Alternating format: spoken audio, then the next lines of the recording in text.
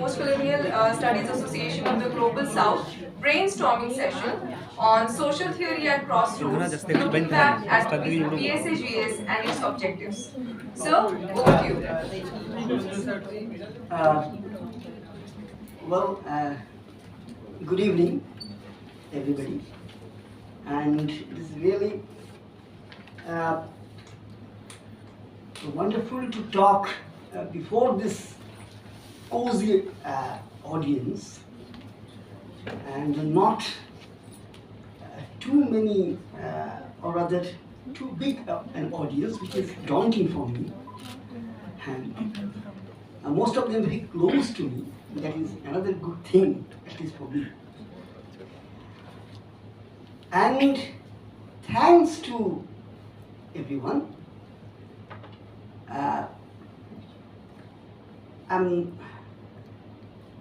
I do think that I should not be taking his name always, but how can I not? Onindo, of course. I didn't have any idea that I have to say anything in this conference, but Onindo made me do this. Anyway, thank you, Onindo. And everyone. I'm personally thankful to Simona also. Simona knows why I am saying so. And my friend Kamal has come here, and many others, everyone. Now, looking at my title, Social Theory at Crossroads, and there's a subtitle, looking back at PSAGS and its objectives. I have told Onindo yesterday that the PSAGS part has already been done, and it's quite, we already know about that, more or less. Therefore, I am taking the title only to begin with. What is crossroads? Now, crossroads can be of many types. In a very naive way, I am putting it. We are always the now at the crossroads, global and local, mostly, but importantly. And we are in this stage of modernity, we are rather perennially at the crossroads of fast changes, very fast changes. And I do believe that modernity, and rather late modernity, and modernity as well as late modernity, is a condition of fast changes and big societies. We are bigger and bigger and faster and faster. These are called from many theories. What you know about, I'm not just repeating them. Then finally, crossroads of disciplines, and there are many other crossroads. But there is another crossroad which is conceptually very important, particularly for my topic. Crossroad of the social. Social itself is a crossroad. And that is a very faithful crossroad, Pelagian crossroad. Just in the last session, Ekshate Kaj Kora, that is also a kind of, I do think these are all about crossroads of social. Now, human beings is I may sound a bit humanist, pardon me for that.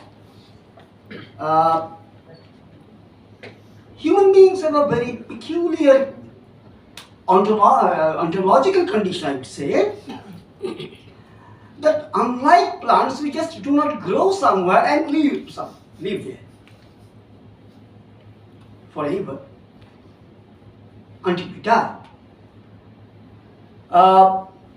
Though metaphorically we may use that word, and well, the older societies, we had been much more like plant-like, we can say that. I am not going to those things. But we are not like plants. And not like plants, not in that sense only. Plants have some other very interesting things. They grow, they bear their fruits, people and many other animals and many other rather organic beings use these fruits, in rather in an enlarged sense. They continuously contribute, but they don't care about that. That is very interesting to me. They just don't care. The contributions come easily, naturally, and they don't care. We have to care. We are social. We know we are social. We are not only social, we know that we are social. That is important for us. And we are not like other animals also who have 4 limbs. We have 2. We have less, we have more. Inequality. You have less is more. Anyway. And with those 4 limbs, they can move across beyond nations. They don't have any idea of nation. But with our 2 limbs, we can also go beyond nation. Then people will obstruct us. And therefrom comes many other things. We feel we are sorry, we crossed, and etc. etc. Many other things. Anyway, since we already have come to the halfway mark, I will now try to wrap up, or rather, I will now try to focus on what I just want to say in a few words. In today's condition, and in this conference also, we are again referring to that, getting back to those things that, things are happening. Here is Hindu-lite is rising, Hindu-lite is just go on doing things that we are not actually glad to see. And in other parts of the world, Ukraine, Palestine, etc., etc., there are always kind of reviewing of history. What history can tell us? What about our past deeds, our past atrocities, about what we did? All these things are about our social life. That is why I am connecting them. As social beings, we had certain wrongdoings to them, and now the ex-colonizers have to, give answers. We demand. It's a kind of a justification they must, or rather, they have to answer back. They have to answer. And there's kind of, do you have a date? That was modern. The date question was Verghese has actually analyzed about that rather talked about that date versus do the ex-colonies have a date also? And date versus guilt, I'm going to that kind of binary. Now I just want to say now, that is a point which we can, right now we can set aside. In today's context, what is most important is that, again, in India, we're excavating history, archaeology, where is temple, where is what, etc., from very ancient and or other archaic things, where just who came first, who came second, all these things. What use? Just what use? I just don't know. And from yesterday's Simona's lecture, we just heard it was a fantastic and wonderful lecture. I just want to take one cue from that forgetting. Is forgetting a virtue? Should we, think forgetting a virtue? I do not think that Simona's paper did have such kind of a suggestion. No, not that. But I want to put it that way. Maybe, may not be. Maybe for in any nation, quote unquote. In any society, in any nation, there are past things which may be kind of excavated, re-evaluated, all these things. And they're kind of who did this and who did in retaliate, who responded to that, and those calculations, endless calculations will go on. There's no end to it. Then what should be done? Should we then forgive? This is another word that we want to emphasize on. Forgetting and forgiving. I just want to tell about a story in my Purulia about Hudur Durga. I do think that almost all of you know about that, isn't it? Hudur Durga. Recently it's quite known, but very interestingly, Hudur Durga was supposed to have lived. It's a mythological figure, we don't know. But in very past. When I went to Purulia 20 years back, or some 22 years back rather, I did hear about him. And most interestingly, after 5 to 6 years, when I first heard about that, I got very much interested, and I saw that many inhabitants of Purulia, particularly students, did not hear about him 15 years back. And now everyone knows about him. Hudur Durga is living now. And it is very interesting that Hudur is being projected sometimes as an idol in some places, which is absolutely contrary to the quote-unquote tribal practice of religion. More interestingly, the Danshai festival, ceremony, which is Hudur's it's a kind of a not penance actually. It's a kind of it's similar to what we should say. It's grievous. They express grief through that festival. They in fact some thing called buang.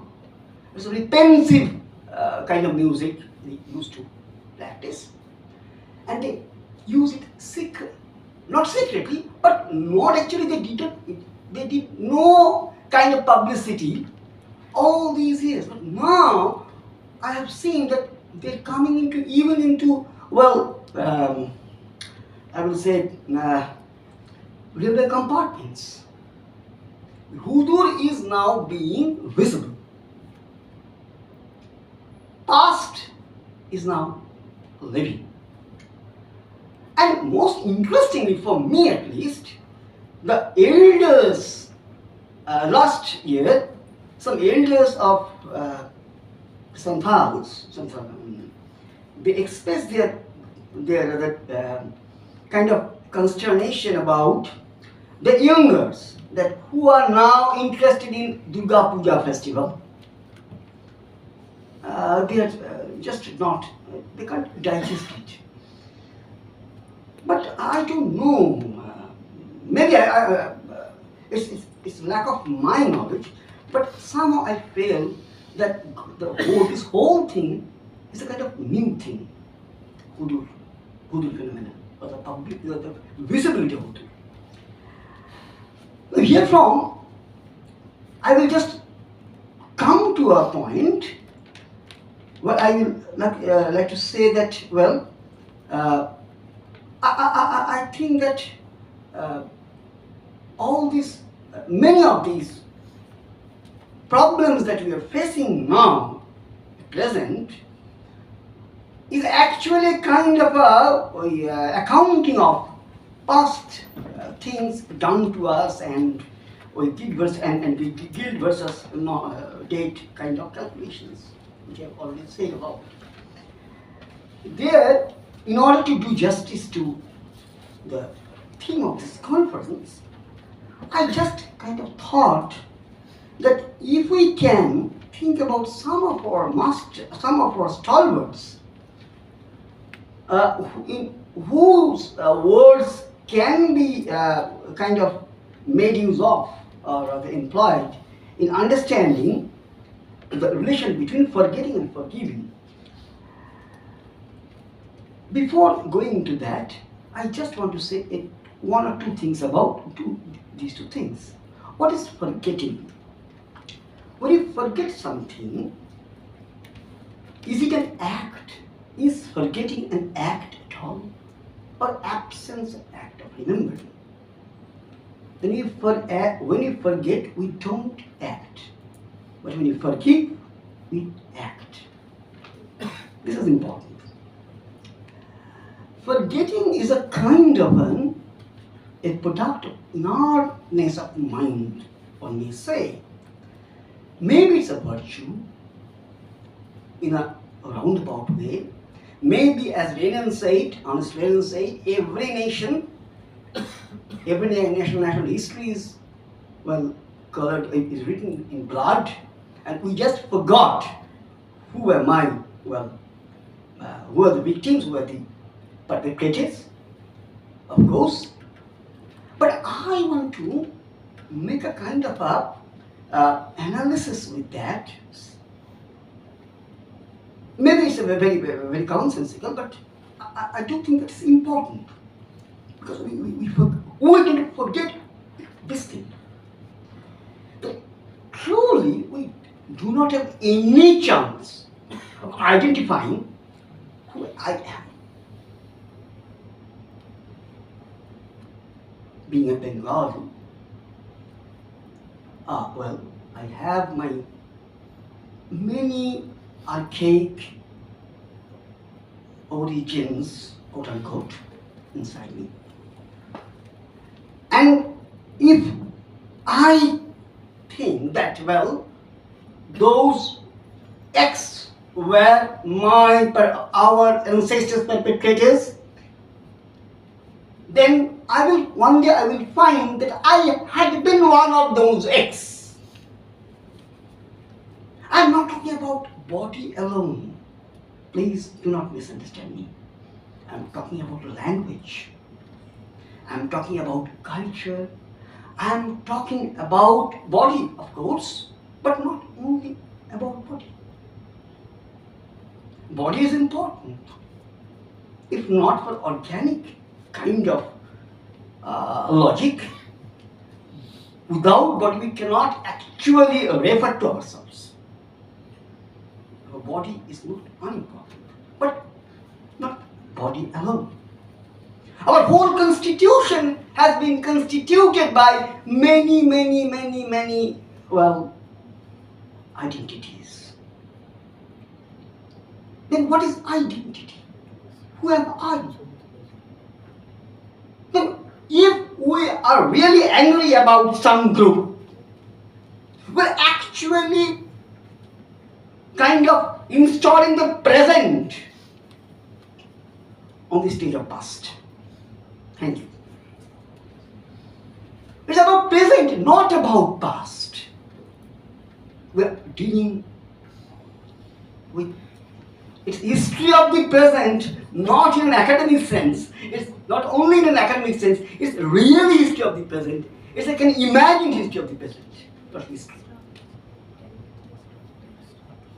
Then, I don't think I have really time for going into the stalwarts. I had in mind to talk about three important figures whose names have come to a discussion again and again in this conference: Rabindranath, Gandhi and Ambedkar, and kind of find what do they have to say anything about forgetting and forgiving.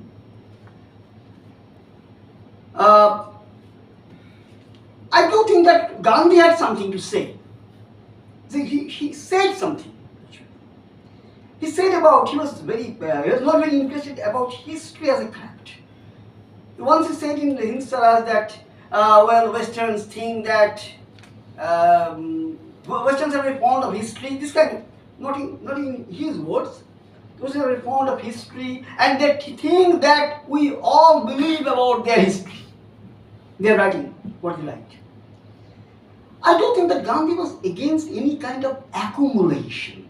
And he was very immersed in present. His Hind Swaraj, his Gram Swaraj, his Swaraj itself, and well, his small, keeping things small, idea of things small. They're all very, they go, get along with present, other than not neither past nor future. They're much more enmeshed in present.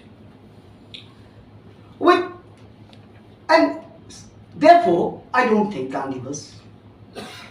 He was a person who would like to forget, and forgiving comes very natural to Gandhi. I don't think I have to elaborate on that right now. Now, what about Tagore and Ambedkar? Yes, Tagore is complicated. Ambedkar is also. In my understanding, Tagore had a kind of a vision where everything was connected with everything else. Totality and self,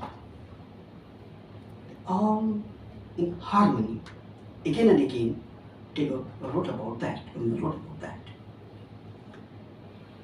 And he did not find any kind of division, any binary between all these aspects. Therefore, how can we think that Tagore could not have forgiven?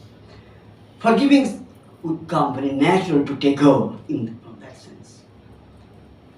But what about forgetting? I'm not elaborating on this. But since Tagore was a learner, able learner, he was not at all against, he was very interested in learning from the West, learning from the East, learning from everything. And he was not like Gandhi, like to stay in a kind of the smallness was not Tagore's cup of tea, by no means. Therefore, forgetting should not go with that. I'm not, pardon me, I can't elaborate on that since there's lack of time. But finally, about Ambedkar. Please correct me, I am not at all versed with Ambedkar's writings in a big way. Therefore, I may make mistakes.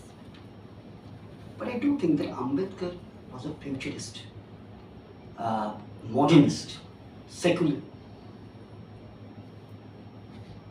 And his archaeological, yesterday we learned from Simona also, archaeological writings, Shudras and Untouchables. All not about he was emphatically against forgetting. But finally, what will come out of that? All these three philosophers were for non-violence. We know about that. How to connect that? Now, if we truly, now here I will connect with one idea. This is very important for me. One can say that forget and forgive. Is it a right kind of statement? Can we say forget and forgive? Do we forget out of our inertness? Therefore, it's not a right kind of statement. But more interesting is forgive, only forgive. And then forgive, but you may not forget. That is where I'm going to come. You may not forget not for the sake of accounting. You may not forget for the sake of criticism. Criticism in general. Well, I do not exist, drawing from my earlier argument, whom I am critiquing. I am critiquing a general substance, critique of practices, not mine, not yours. It's kind of practice, criticizing practices, and critiquing and criticizing at the same time, actually. Therefore, forgetting is not the way, rather remembering is the way. And on the sound foothold of remembering, we can really forgive. Otherwise, we cannot forgive. That forgiving will be empty. But if we remember and forgive, and remember, I'm not actually telling you about rather pardoning. Whom I'm pardoning? It has happened. How can I say that never justice can be done to the dead? Number one. Number two, drawing from my argument, who am I? And who are they? What are the connections? The multiple connections. And I am actually distributed in the past. Therefore, no question of anger. No point in that. It's practical and theoretical. It's both. One kind of praxis. Maybe, not in Marx's instance, of course. But it requires labor. A different kind of labor. I will end with a story. May I? Thank you.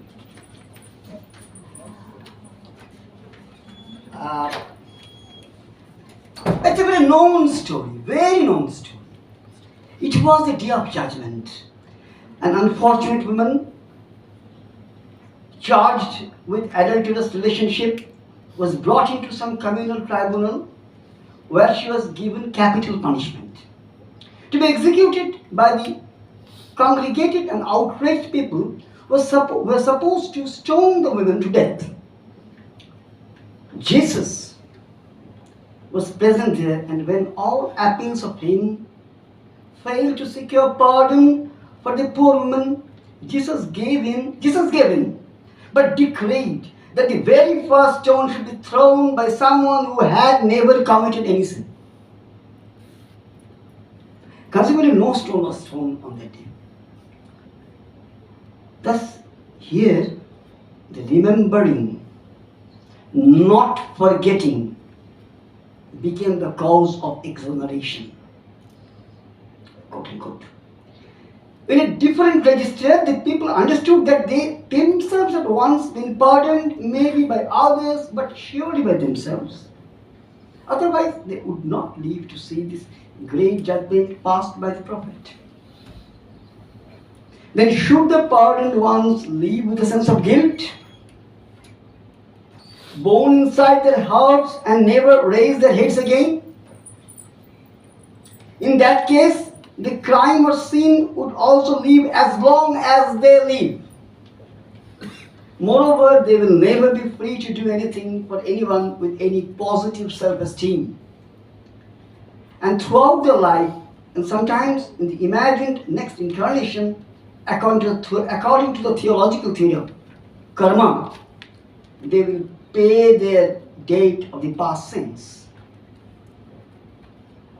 Will not be a great wastage of human capital there? Then I just remember saying about that Foucault was not only against, there are many things about capital punishment, we know about that. He was emphatically against it, and he rather deconstructed the whole thing. And Foucault was actually not against, but he was critical about life imprisonment.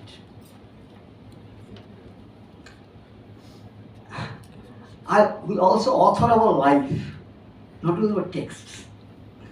And if author does not exist, an author of our life, do we exist as authors? Thank you.